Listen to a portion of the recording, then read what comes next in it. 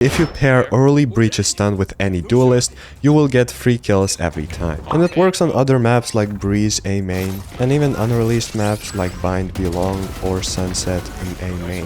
When you realize all it takes is 2 people coordinating their util, look at that. For those of you who don't know me, my name is Happy and I'm an immortal high-level coach. In this series, I help you improve your game sense and talk about how to get an advantage on every single fight that you take. If you're tired of being stuck in the same rank, I strongly suggest joining the premium tier of my group, which will be linked down in the description. Inside, I talk about the purpose of every single role, how to learn a new skill, and most importantly, how to play your character. So if you're someone who's serious about improving in Valorant, I suggest you join. Let's get to the video. Because my team got on site and we spotted nobody on backside, there's 2 people defending plus some people rotating, means that they're gonna be hiding in every single corner. That's why I overuse my util so much. And you should actually overuse your util every time you start a new game to figure out how aggressive your enemies are. One of the strongest positions for post plant on Breeze is hiding double doors while knowing that no one's going to flank you.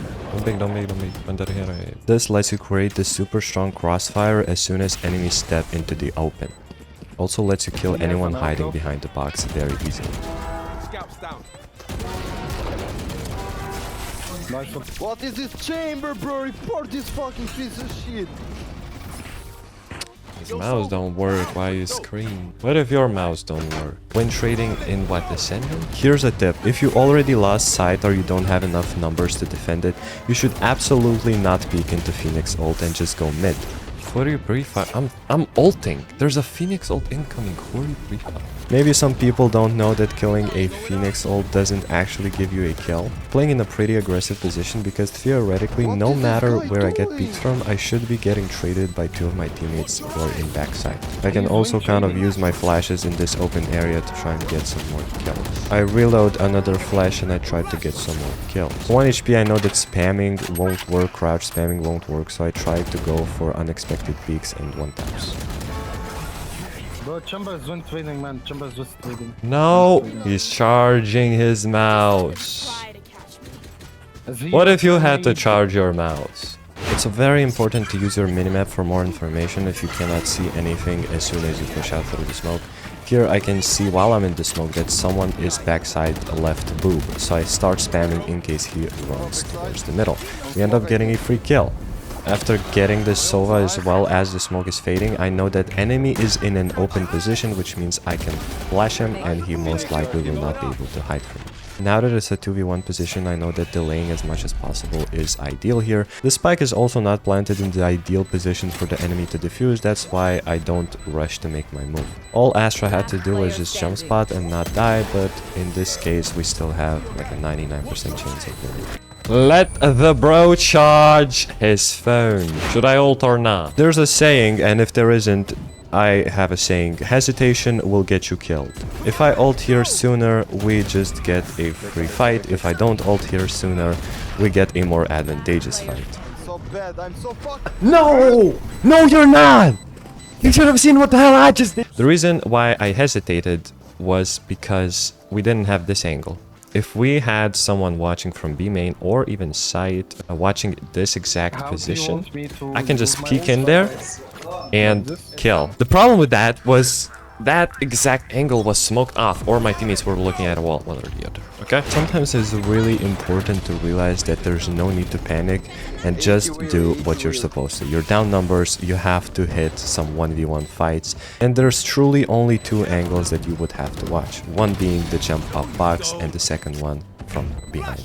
After flashing and seeing no one there, I tried to reposition with my chamber. Also, repositioning in general is pretty good. I like to play aggro with Phoenix, especially on higher ranks, because if you play defensively, you're just gonna get run down by a lot of util. It feels like we killed the flanker because they are already planting on A, and we hear a double dash from Waylay, which kind of indicates that she feels bad that she baited her whole team. We take an off angle and punish her. Oh, 1 more mid. What the hell is that? How many? We have another aggressive position which we can push, which is elbow, and we are 1 off of the orb. That's why we go and try to collect the orb. We're too late, but as we are rotating, we see that chamber has died. And whenever an enemy sentinel dies too soon, you should immediately go for the flank if you're not already on site.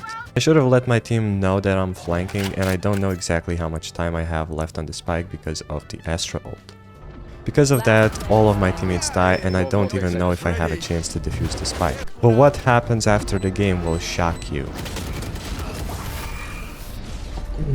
Could have walled. No problem. Why are you saying sorry, bro? Yes, in my humble opinion, a Valorant player saying sorry is shocking. I just heard a dude shoot from middle, and because we're taking so much space on B, the enemy might feel the need to actually come in. And because we're on eco round, it's even more likely that he's going to swing without any repercussions in his mind. We have space on both A and B sides, that's why surely we don't take the fight mid and we go and try to plant. The teammate dies on B, that's why I now head to A. Last guy was seen on A heaven, that's why I go for the plant. After hitting the plant, my main priority is to take a 2v1, that's why I jump spot left and right side for the jet. No matter where the enemy peeks from, we can actually take a 2v1. Teammate Klo tries to help us by smoking lane, but that actually doesn't help us because now the enemy could be wider and I won't be there in time to react. Basically, we see Cypher too late. Once actually seeing Cypher, I reposition and I wait for my teammate's contact. I also do this weird jiggle where we take one shot to get info and perhaps sometimes kill the enemy. Sometimes this type of jiggling doesn't work depending on the angle, but most of the times you should be fine. Here's another situation that you will always have to be mentally prepared for. Half HP Cypher. After letting Sinatra know that Cypher's half HP, he accidentally dinks the Cypher. Alpha HP. Okay. What is the alpha HP? So there's 150, right? So he's minus 72. Like he's not alpha. What do you guys think about this? Statistically higher chance that French people are gonna be toxic. Why? I don't know, they're mad. The one thing I do respect about French people, they don't just be like, oh, you're bad, you're bad. They like to throw in some argument. The dude is right. 72 is not half of 150. That's not why you lost. I can flash, well. A couple of rounds later, we encounter another half HP, and now I have to explain why technically it doesn't really matter what I say here. Half HP. If we are trying to get really down to the full mechanics and theory of what half HP actually means, if he actually hit him for 2 body shots and it didn't do half HP, that's fine, but he went for the headshot. And if you go for the headshot, then who cares if he's half HP or not? Even if your teammate is someone like Sova with his ultimate, it still doesn't matter because one tick of Sova's ult does 80 damage. But did you guys hear the jet walk into the cubby there? I molly it, and I know that he's gonna have to run or die, that's why I shoot while he would still be running. The reason I'm showing you rounds like this is because all of you are guilty of doing this. Enemy Whaley had absolutely no business fighting here, and she could have just waited in heaven until my ult goes out. There was no one on site to even help, and then after that, Teo dies too. I can hear the enemies jumping out, that's why I go for the molly where the drop is, and I call out my flash to punish.